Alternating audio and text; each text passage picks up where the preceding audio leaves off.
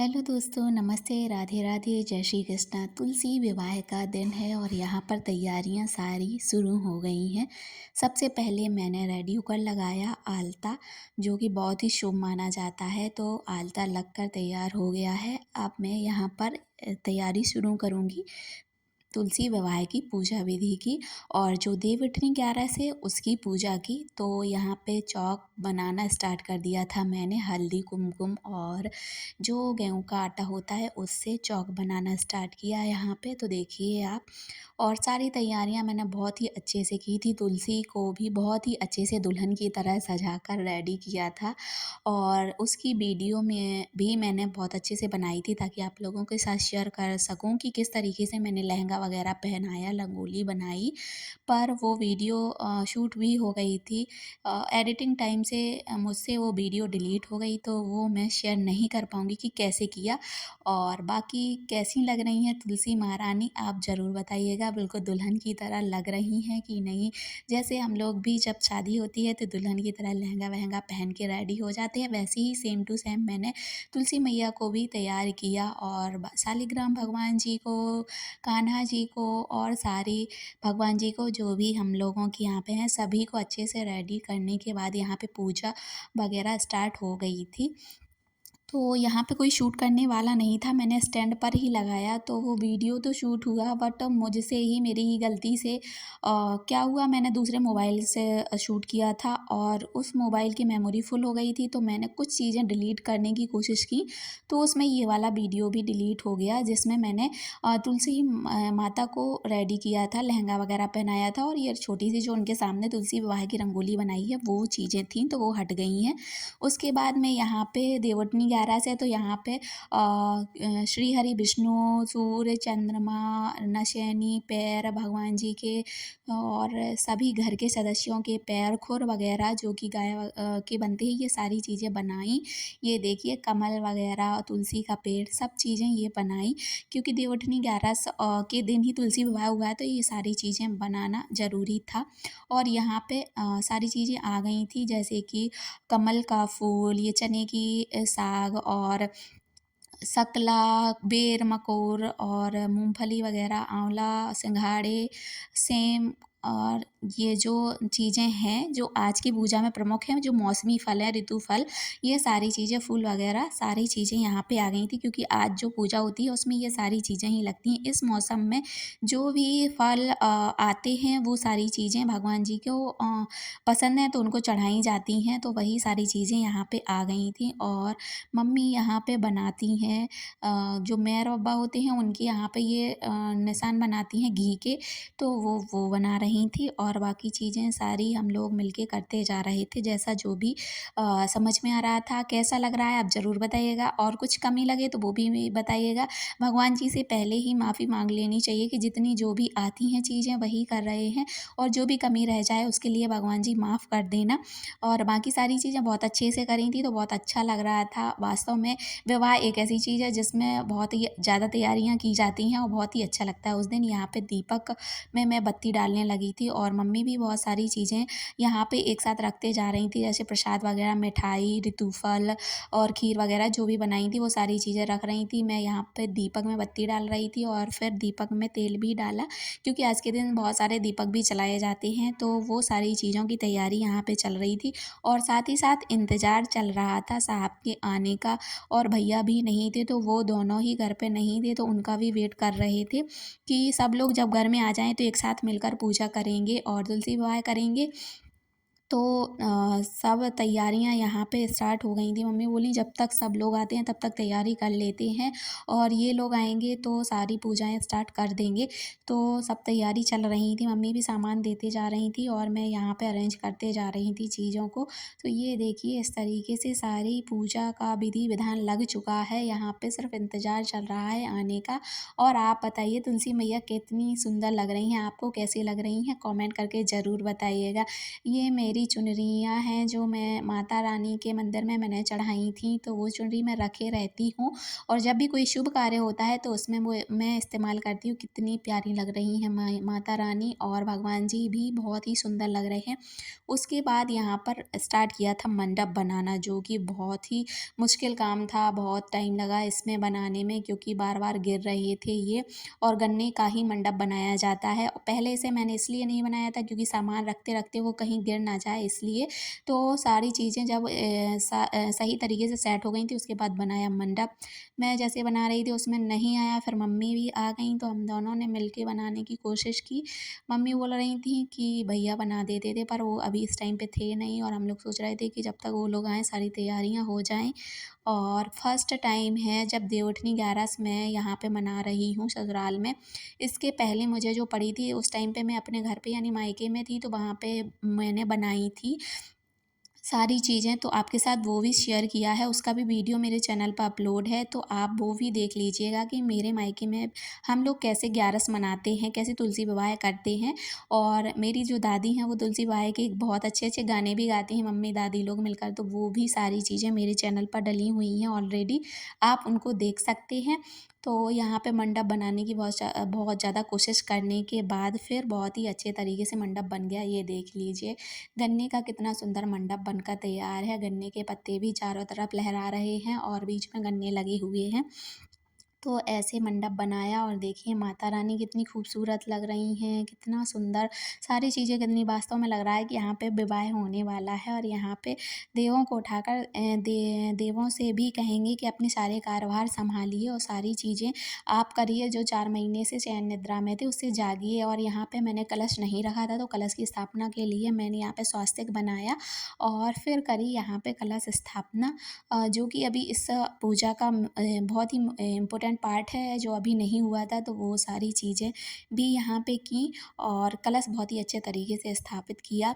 सारी चीज़ें की, भगवान से ढेर सारा आशीर्वाद लिया, ढेर सारी प्रार्थनाएँ की, सभी को खुश रखें, सभी की इच्छाएँ पूर्ण करें, सभी का विवाह हो, सभी के गौने हों, बच्चे हों, सारी चीज़ें हों, इस तरीके से सभी कामनाएँ की और सारी तैयारी बहुत अच्छे से की। ये देखिए आपको कैसी लग रही है आप ज़रूर बताइएगा कमेंट करके। फिर भी यहाँ पे ये लोग अभी आए नहीं थे तो मैंने सोचा कि मेरी फ़ोटोज़ वीडियो लेने वाला तो कोई है ही नहीं, तो मैंने सेल्फ़ी मोड से ही कुछ वीडियो शूट कर लिया कि मैं मेरे साथ माता रानी के साथ मैं भी आ जाऊँ। तो यहाँ पे वेट करते-करते ये सारी चीज़ें की और फिर फाइनली ये लोग आ गए तो पूजा स्टार्ट हो गई। यहाँ पे मम्मी पूजा कर रही थी और मैंने वीडियो शूट किया क्योंकि वीडियो की तो प्रॉब्लम रहती है, या तो स्टैंड पे करो। स्टैंड पे ये क्या होता है, स्टैंड पर लगाने से सिर्फ एक ही डायरेक्शन में चीज़ें दिखती हैं, चारों तरफ घुमा नहीं सकती। ये देखिए कमल माता रानी को चढ़ाते हुए मम्मी ने सभी को स्नान वगैरह कराया और फिर हल्दी कुमकुम सारी चीज़ें लगाई बहुत अच्छे तरीके से। और श्रृंगार का सामान भी मैंने यहाँ पे रख लिया था मैया के लिए क्योंकि उनका विवाह था तो सारी चीज़ें श्रृंगार की चाहिए, चूड़ी, बिंदी, आलता, मेहंदी, कुमकुम और नेल पेंट वगैरह सारी चीज़ें रख ली थी। तो मम्मी सब चीज़ें चढ़ा रही थी यहाँ पे।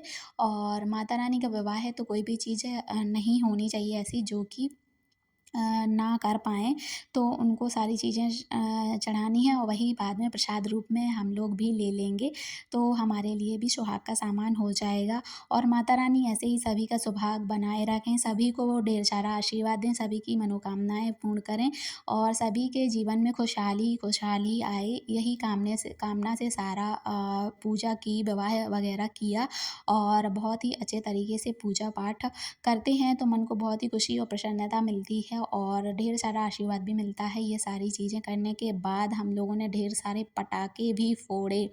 पटाखों में भी कोई कमी नहीं रखी, वो भी आपको शेयर करेंगे लास्ट में इसी ब्लॉग में ओरिजिनल वॉइस में दिया गया है, तो आप वो भी एंजॉय करिएगा। भगवान जी के पास एक शादी में भी पटाखे फोड़े जाते हैं तो भगवान जी के पास भी मैंने एक फुलझड़ी जलाई। उसके बाद हम लोग गए थे बाहर, तो वहाँ पे सारी चीज़ें जलाएँ, बहुत सारे पटाखे फोड़े, उसके वीडियोज़ आपके साथ शेयर कर दिए हैं और आप चैनल पर नए हैं तो सबसे पहले तो चैनल को सब्सक्राइब कर लीजिए।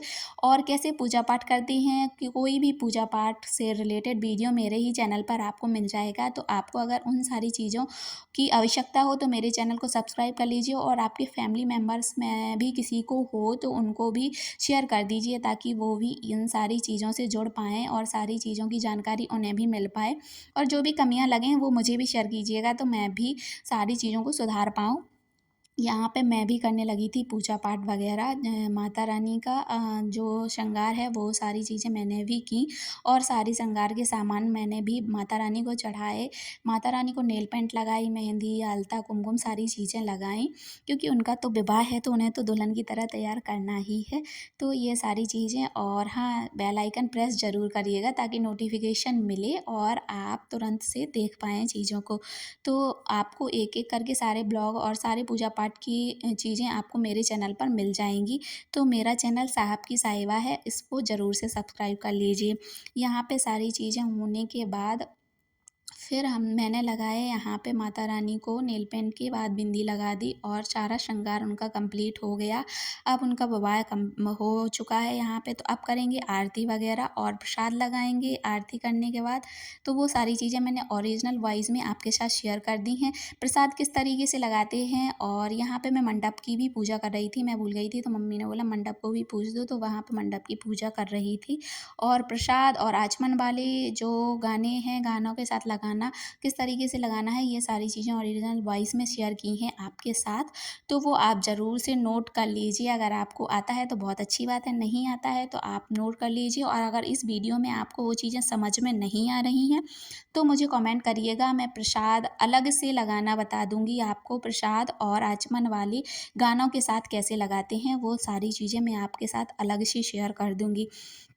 यहाँ पे तैयारी हो गई थी हवन की, तो हवन करना स्टार्ट करना था। तो पहले तो हवन को जल अर्पित किया, हल्दी कुमकुम लगाई, और उसके बाद किया हवन। तो हवन में क्या क्या चीज़ें बोलते हैं ये मुझे इतना ज़्यादा आइडिया नहीं रहता है, रहता तो है मतलब, पर मुझे लगता है कि इस मतलब अब शादी हो चुकी है तो ससुराल साइड से काफ़ी चीज़ें चेंज हो जाती हैं, जो मुझे लगता है कि मुझसे कुछ गड़बड़ ना हो जाए, कमी ना रह जाए, तो मम्मी जैसे बताती जाती हैं वो बोलती जाती हैं और मैं करती जाती हूँ यहाँ पे। तो मम्मी ने बोला पहले घी के लगाओ, तो मैंने घी के लगाए, फिर मैं सिर्फ यहाँ पे अर्पित करती थी, और मम्मी जो भी मंत्र पढ़ना था वो बोलती थी, और गायत्री मंत्र वगैरह जो वो बोलती थी वो मैं बोल देती थी, क्योंकि वो चीज़ें तो मुझे आती हैं।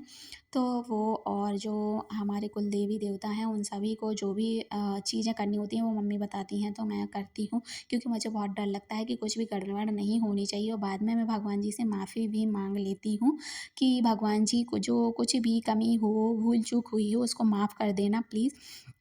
और बच्चे हैं, बच्चों से गलतियाँ हो जाती हैं, और आप भगवान जी तो सबके बड़े हैं, तो सभी को ही माफ़ कर देते हैं। और ये देखिए दीपक जलने के बाद पूजा कितनी अच्छी लगती है, बहुत ही प्यारी लगती है। तो यहाँ पे फिर करी आखिरी जो आहुति होती है वो, तो वो मम्मी ने जो भी बोलना था वो बोला, मैंने किया।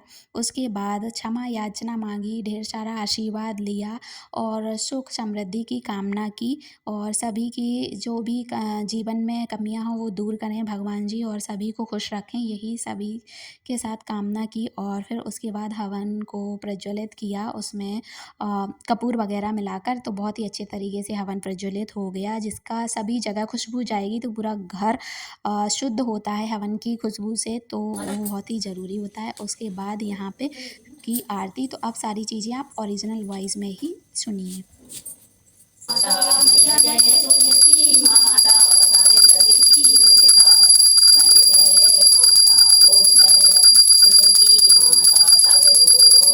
यहाँ पे मम्मी ने आरती की, और जो तुलसी माता का गीत है आरती है वो गाई, तो वो हम लोगों को आती नहीं थी, तो बुक से देखकर मम्मी पढ़ रही थी, और फिर मम्मी के करने के बाद मैंने आरती की।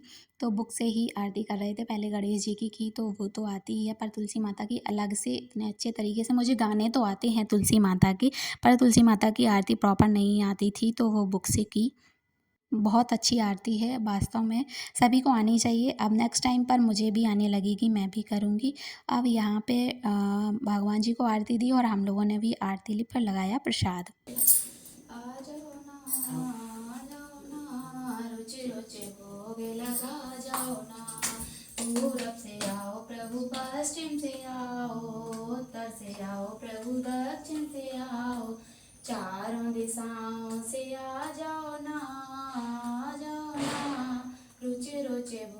लगा जाओ ना, दीपक बुझा जला जाओ ना, नदिया गहरी नाव पुरानी, नैया पार लगा जाओ ना, गा जाओ ना, दीपक बुझा जला जाओ ना, रुच रुच रोग लगा जाओ ना।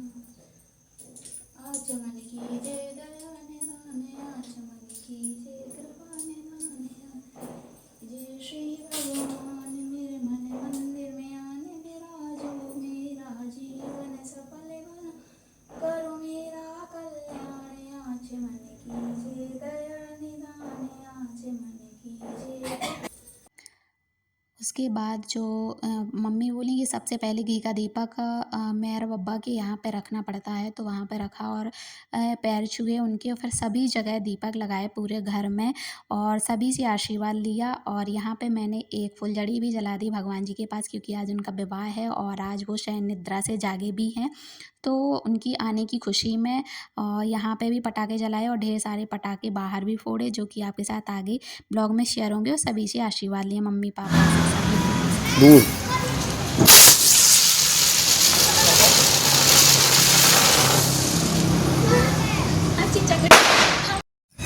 देखो तो